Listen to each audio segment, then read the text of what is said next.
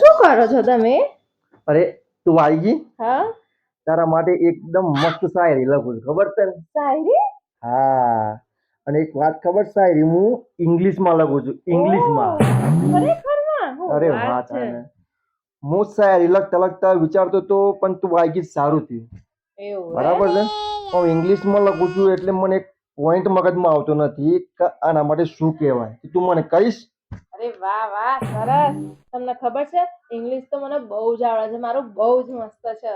ના હોય હા, તો ઇંગ્લિશમાં તારે મને એક શબ્દ કહેવો પડશે. બોલો ઊભી ને. રહેજો, જોઈ લઉં 1 મિનિટ. ઉપર બધું કમ્પ્લીટ છે, ચેક કરી લે ને પેલા. ઉપર કમ્પ્લીટ છે બધું? ના, તમને પહેલા કહી દો મને કે શું બોલવાનું છે. એનું ઇંગ્લિશ કરી દો પછી તમે મને કહો. હા, એ તને પછી કહીશ. બરાબર છે, તારા માટે જોરદાર શબ્દ છે પણ તને પછી કહીશ. પેલા તું આ વાંચી કાઢ ને ઉપરની એક લાઈન ખાલી. કમ્પ્લીટ છે કે નહીં? હા, કમ્પ્લીટ છે. આ તને હવે પૂછું. હમ. આપણે સ્ટુડન્ટ અંગ્રેજીમાં શું કહેવાય? તમારામાં મગજ જેવું છે કઈ?